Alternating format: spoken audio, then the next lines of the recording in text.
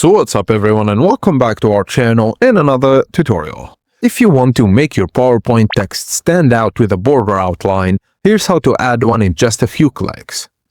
So firstly, click the text box and highlight the text you want to add an outline to.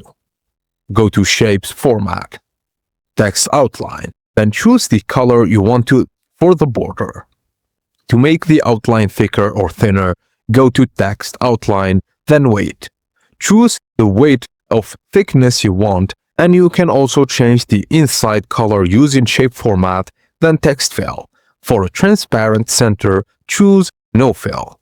Now you can add colorful, thick, or subtle outlines for your PowerPoint text to make it stand out. And that's it guys, as simple as that.